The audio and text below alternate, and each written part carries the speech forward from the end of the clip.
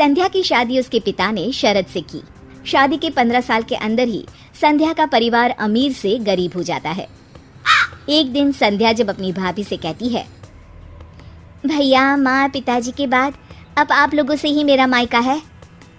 अरे संध्या दीदी, मायका बोलना आसान है, लेकिन जब मायके वालों को निभाना पड़ता है ना, हालत पतली हो जाती है।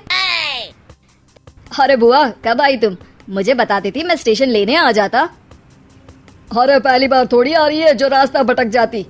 अब गाड़ियाँ भले ही बहुत है, लेकिन सब काम पर लगी है। अरे कोई बात नहीं भैया। और बताओ, अपनी गुड़िया की शादी के बाद खुश तो है ना? हाँ हाँ, मेरी गुड़िया तो राज कर रही है, राज। बहुत पैसा है उन लोगों के पास। अरे किसी भी चीज की कमी नहीं रखी मैंने अपनी बेटी की शादी में। हाँ भैया, वो तो इस घर का रिवाज है।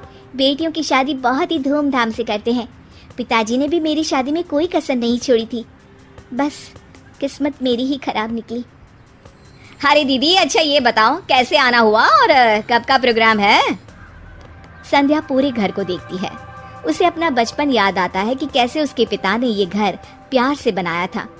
मुझे सीढ़ियों वाला घर पसंद था, तो पिताजी ने मेरे लिए 2 तल्ले का मकान बना दिया। अरे बुआ, सीढ़ियों को घूर रही हो? जरूर बचपन में यहाँ से खूब गिरी होगी।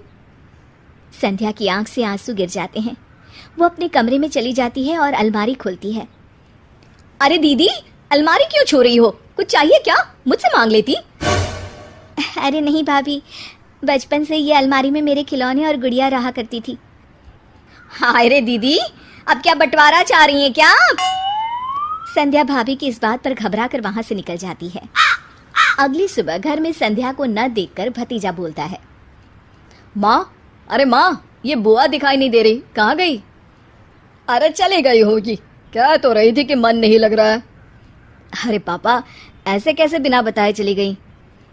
अरे कल अलमारी खोलकर खड़ी थी, कहीं कुछ उड़ा तो नहीं ले गई? भतीजी को बुआ की बात सुनकर गुस्सा आ जाता है। वो वहां से चला जाता है। अगले दिन, अरे शेखर कहाँ मर गया?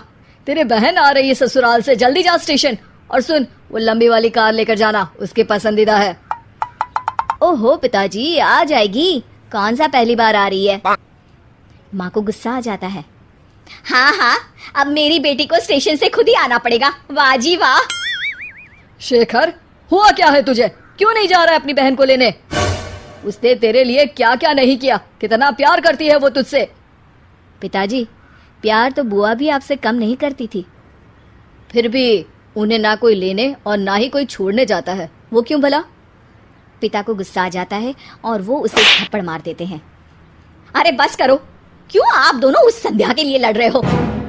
ठीक है पिताजी, आज तो आप ड्राइवर को भेजकर अपनी बेटी को ले आइए, लेकिन याद रखिए, अपनी शादी के बाद मैं अपनी बहन को कभी नहीं पूछूंगा।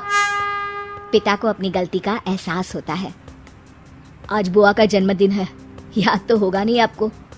पिता की आंख भर आती है। लेकिन तभी वहां अपनी पसंदीदा कार से संध्या घर आती है। भगवान भाई दे तो तुम्हारे जैसा भैया। पापा को पता था कि कौन से रंग की कार मुझे पसंद है। तुमने उसी रंग की कार से मुझे घर बुलाया, वो भी मेरा जन्मदिन मनाने के लिए। ईश्वर सबको तुम्हारे जैसा भाई दे। भाई संध्या को गले लगा लेता है। तभी वहां भतीजी गुड़िया भी ससुराल से आ जाती है। अरे संध्या बुआ, आप? हाँ, आज तो घर की दोनों बेटियां अपने घर में